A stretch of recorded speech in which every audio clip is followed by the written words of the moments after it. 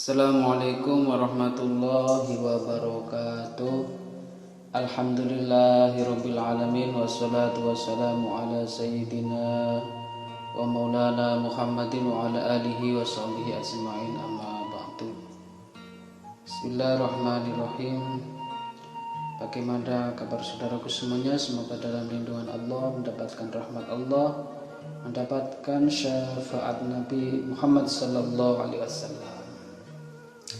Bismillahirrahmanirrahim. Qala al-musannifu rahimahullah ta'ala wa nafa'ana bihi wa bi'ulumihi wa amadana bi asrarihi wa ada alaina bi barakatihi, amin ya rabbal alamin. Bismillahirrahmanirrahim. Sunnatani muhimmatani min sunnanillah. Dua sunnatullah yang penting daripada sunnatullah. Wa minan sunani al-muhimmati allati yaghfalu anha al-mutahammisuna wal muta'ajjiluna sunnatani muhimmatani. Para hadirin sekalian, bahwasanya orang-orang yang melakukan tataruf dan berlebihan atau orang-orang yang melakukan radikalisme itu berawal dari lemahnya memahami terhadap sejarah, dan kerap sekali bahwa sejarah itu ada kaitannya dengan sunnatullah, di mana sunnatullah ajaran-ajaran agama yang dibawa oleh Nabi Muhammad SAW itu tentunya tidak bertentangan dengan sunnatullah, sunnatul kaun, tidak bertentangan dengan adat istiadat, tidak bertentangan dengan apapun, karena yaitu jadi ada sunnatullah yang harus dipertahankan dan itu tidak bertentangan dengan sunnatullah. Lalu apa sunnatullah itu? Di sini ada dua. Yang pertama sunnatul tadarruj, bahwasanya agama yang dibawa oleh Kanjeng Nabi itu tidak kemudian dibawa secara seketika, tidak dilakukan dengan cara reformasi, tapi ajaran Nabi membawa agama ini, Kanjeng Nabi Muhammad ini menyebarkan agama wahyu ilahi itu dengan berangsur-angsur. Jadi yang pertama sunnatul tadarruj. Sunnatullah berupa tahapan-tahapan atau berangsur. Asaniyah wa sunnatul ajal musamma. Sunnatul ajal. Jadi yang pertama dulu kita fokuskan sunnatut tadaruji. Sunnatullah kang rupa tahapan. Fa amma tadarruj fa huwa sunnatun kauniyatun wa sunnatun syar'iyyatun aidon. Bahwasanya tahapan sunnatullah itu ada yang berupa kauniyah, alam semesta, ada juga yang sifatnya syar'iyyah. Contoh yang alam semesta, wali hadza khalaqa Allahu as-samawati wal ardi fi sittati ayamin. Contoh sunnah kauniyahnya adalah Allah menciptakan langit, Allah menciptakan bumi itu di dalam waktu 6 mangsa, 6 piro-piro dino. Tentunya dino atau hari. Yang dimaksud di sini bukan hari, satu hari 24 jam, bukan. Artinya fi sittati ayamin, di dalam 6 tahap, artinya begitu. Wa kana qadiran ayakula kuni fatakunu. Maka bagi Allah sangat mudah hanya untuk membuat langit bumi, cukup Allah mengatakan kuni fatakunu, atau kun fayakun, ya cukup ono. Cukup dengan kun fayakun langsung jelenggerna dadi bumi langit. Tapi sunnatullahnya Allah membuat bumi dan langit itu melalui 6 tahapan atau 6 hari. Walakinahu khalaqaha fi ayami sittati ayamin min ayamillahi ta'ala. Tetapi yang dimaksud bahwa 6 hari itu bukan dimaksud ya 6 hari-hari sebagaimana satu hari itu 24 jam, bukan. Jadi makna 6 hari itu ya 6 tahapan, artinya begitu. Falaisat hiya ayamuna hadhihi, harinya itu bukan hari sebagaimana kita. Idhiya qabila khalqas samsi wal ardi wa ma yatba'uhuma min lailin aw naharin. Jadi wallahu alam, artinya bahwa fi sittati ayamin, Allah menciptakan bumi langit selama 6 hari itu yang artinya 6 tahapan, 6 proses. Jadi itu sunnatullah. Meskipun Allah mampu mengatakan kun fayakun, tetapi sunnatullahnya adalah Allah menciptakan bumi dan langit dengan 6 tahapan. Wa kadzalika nara khalqal insani wal hayawani wan nabat. Itu pun juga dengan manusia diciptakan, itu prosesnya panjang.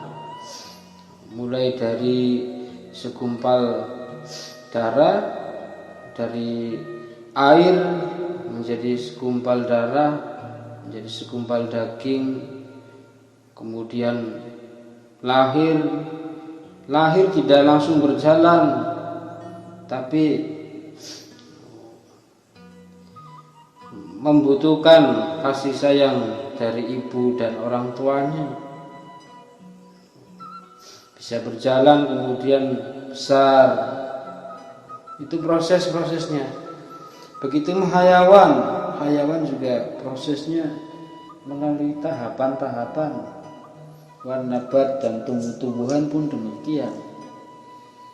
Nah, itu sunnatullah kulluha tatadarraju fi marahila hatta tablugha nama'uha wa kamaluha. Jadi untuk sampai sempurna manusia saja itu harus melewati tahapan-tahapan. Begitupun tumbuhan.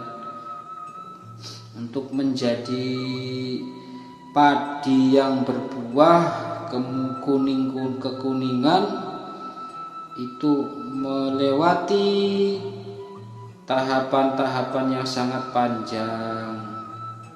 Bibitnya disemai dulu, sebelum disemai disiapkan tanahnya, digemburkan, diairkan, panjang hingga kemudian kalau sudah tumbuh baru ditanam. Kurang air dikasih air, kurang pupuk dikasih pupuk, kebanyakan air dikuras, begitu. Itu merupakan proses, dan itu adalah proses alam semesta itu seperti itu. Maka begitupun juga dengan demikian tidaklah berbeda, artinya sama, bahwa proses alam semesta, proses evolusi, perubahan-perubahan itu juga sama hanya dengan syariat. Maka faqad badal islamu bidakwah ila tauhid. Maka Maka yang pertama kali Islam datang yang dibawa oleh Kanjeng Nabi itu adalah dengan dakwahnya dengan tauhid. Jadi tidak langsung ujuk-ujuk diperintah untuk melakukan sholat, tidak, tetapi yang diperintah itu adalah syariatnya itu pertamanya itu adalah tentang ketauhidan. Wa tasbitil aqidati as-salimati. Kemudian akidah yang supaya bisa selamat, tidak tercampur dengan paganisme dan aliran-aliran yang diyakini oleh orang-orang kafir.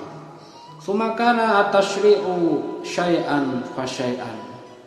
Begitupun hukum syariat, hukum fikihnya juga berangsur-angsur sedikit demi sedikit. Maka kemudian ada fardu-fardu tertentu, kewajiban-kewajiban yang harus dilaksanakan. Faqad furidat al-faraidu wa hurimat al-muharramatu bitadrij. Nah, kemudian baru perintah ada wajib, ini haram. Dan itu penerapannya juga dengan tadrij, dengan tahapan-tahapan, tidak kemudian langsung. Kama huwa sabitun fi fardis sholati wassiyami wazzakati wa tahrimil khamri wa ghairiha. Sebagaimana ada fardu sholat, fardu puasa, zakat, begitupun keharaman juga dengan khamr juga demikian.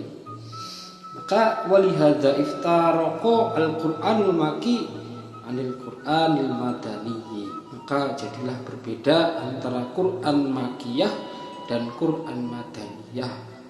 Quran makiyah, ayat-ayat makiyah itu berkaitan dengan kondisi di mana, iklim di mana satu masyarakat yang masih pagan. Jadi ayat-ayatnya berbeda dengan ayat-ayat yang ada di Madinah.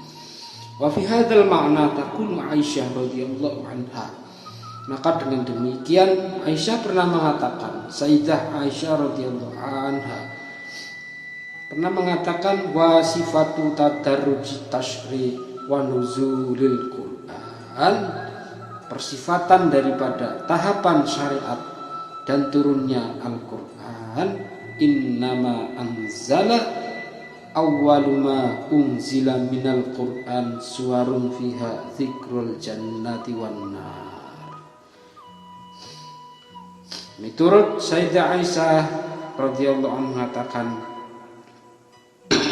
awal daripada ayat-ayat yang turun di dalam Al-Quran, awal pertama ayat turun sebagaimana di dalam Al-Quran itu adalah menceritakan tentang surga dan neraka.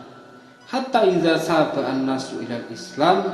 Nah, baru kemudian orang itu berpikir sehingga dia bisa memeluk Islam. Nah, baru setelah Islam nazzala al-halala wal haram.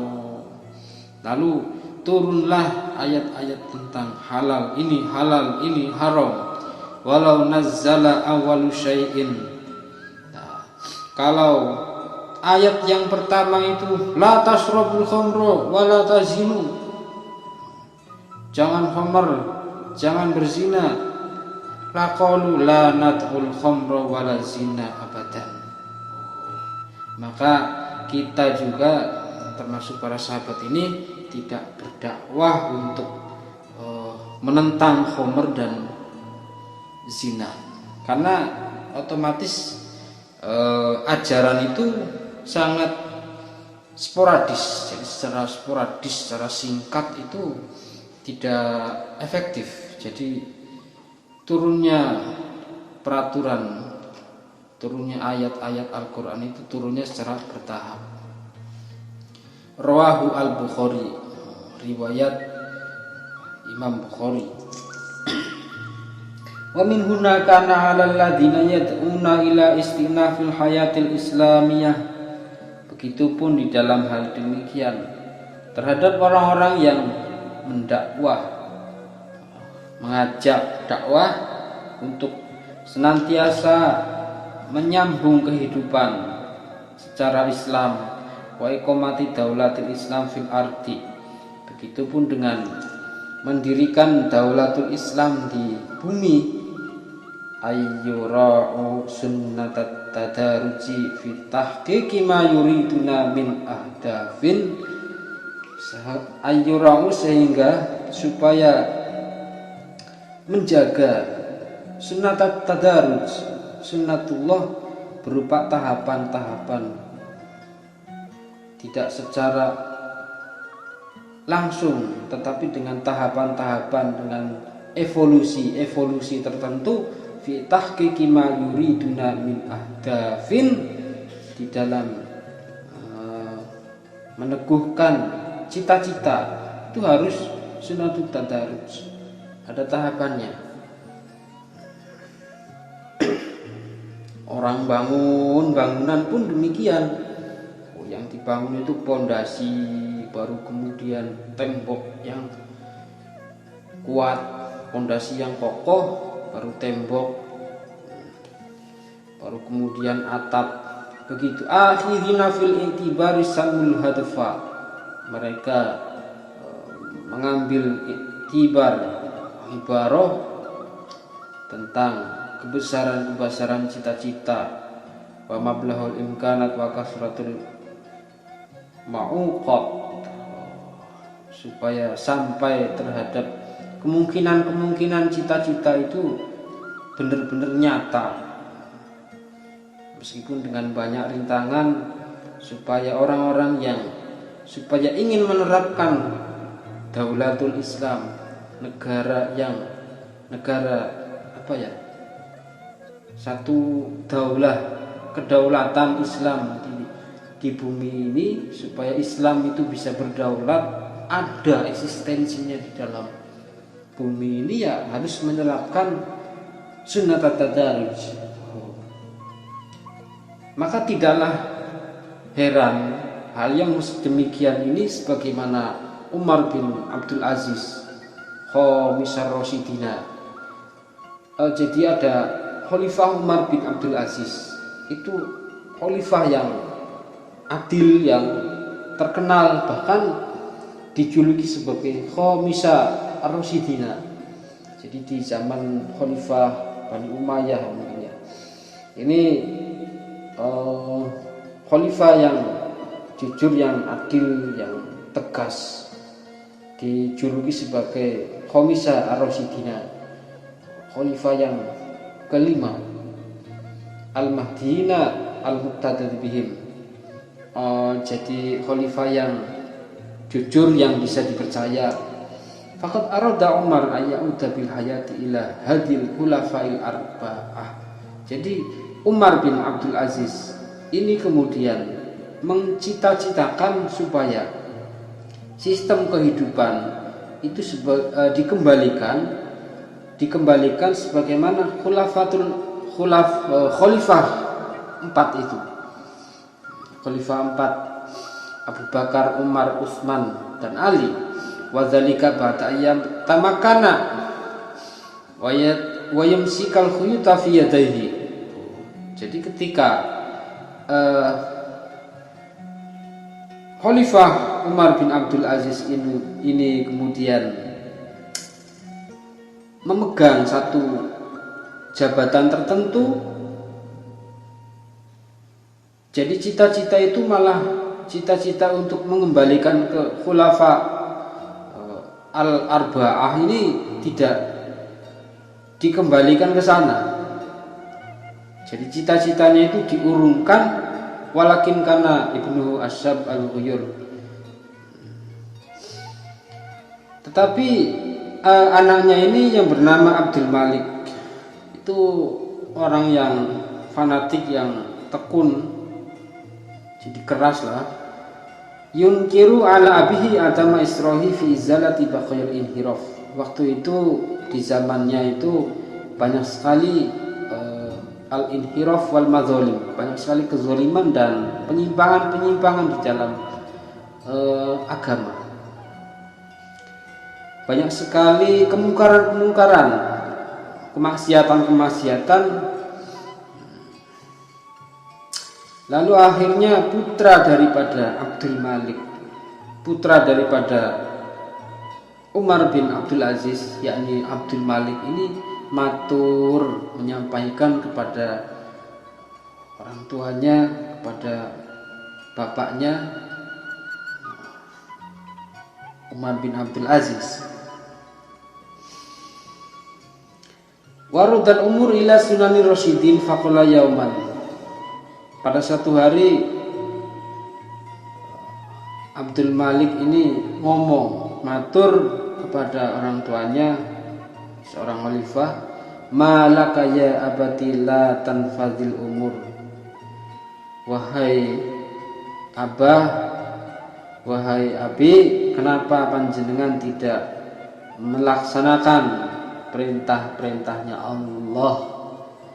Sudah jelas-jelas kok banyak sekali kemaksiatan, banyak sekali kezaliman. Wallahi ma ubali law annal qudura ghallat bi wa bika fil haqqi.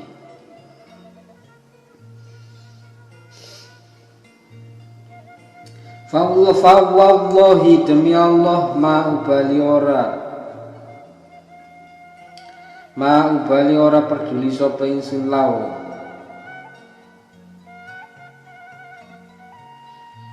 lamun satemen law annal kudura, lamun satemene pura-pura kekuasaan iku ghallat dadi belenggu bi sebab ingsun wabika lan sebab panjenengan.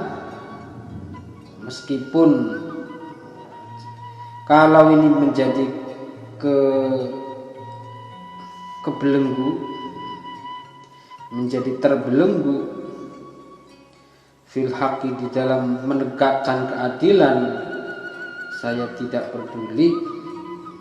Mengapa tidak melaksanakan perintah-perintah Allah? Mengapa kezaliman-kezaliman itu tetap dibiarkan? Lalu apa jawaban daripada Umar bin Abdul Aziz? Dijawab sama Umar bin Abdul Aziz, la ta'jal ya bunayya, la ta'jal ya bunayya, fa innallaha dzammal khamra fil qur'ani marratain.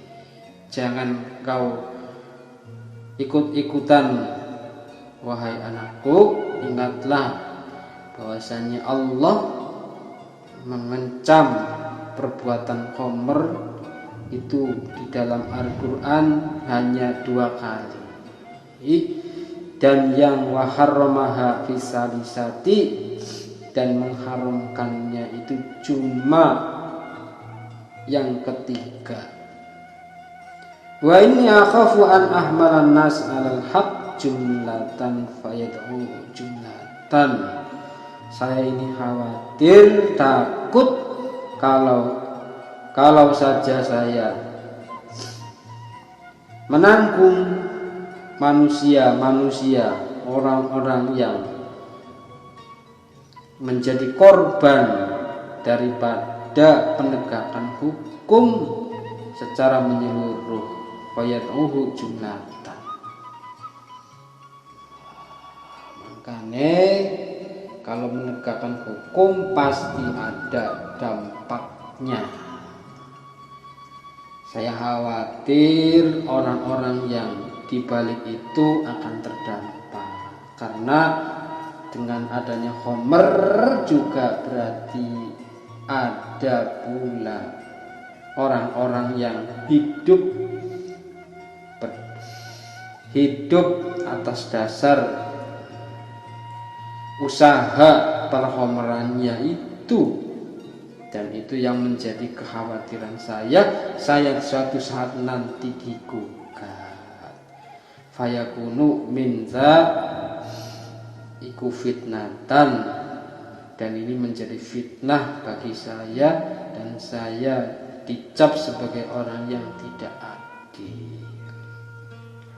Itulah para hadirin, meskipun Umar bin Abdul Aziz. Aziz ini adalah seorang yang dibalik itu akan terdampak, karena dengan adanya khamr juga berarti ada pula orang-orang yang hidup atas dasar usaha perkhamrannya itu, dan itu yang menjadi kekhawatiran saya suatu saat nanti digugat, fayakunu minza iku fitnatan, dan ini menjadi fitnah bagi saya, dan saya dicap sebagai orang yang tidak adil. Itulah para hadirin, meskipun Umar bin Abdul Aziz niki khalifah yang adil, bahkan disebut sebagai khamisar rasyidin, khalifah yang kelima. Itu tidak serta-merta di dalam menegakkan hukum itu langsung mengeksekusi, tetapi tetap mempertimbangkan terhadap dampak baik dan buruknya. Maka dengan demikian intinya bahwasannya agama yang dibawa oleh Kanjeng Nabi Muhammad SAW itu tetap menerapkan terhadap sunnatat tadaruj, sunnatullah berupa tahapan-tahapan, jadi tidak secara serta-merta dan langsung. Cukup sekian para hadirin, mudah-mudahan bermanfaat. Wa'alaikum. Assalamualaikum warahmatullahi wabarakatuh.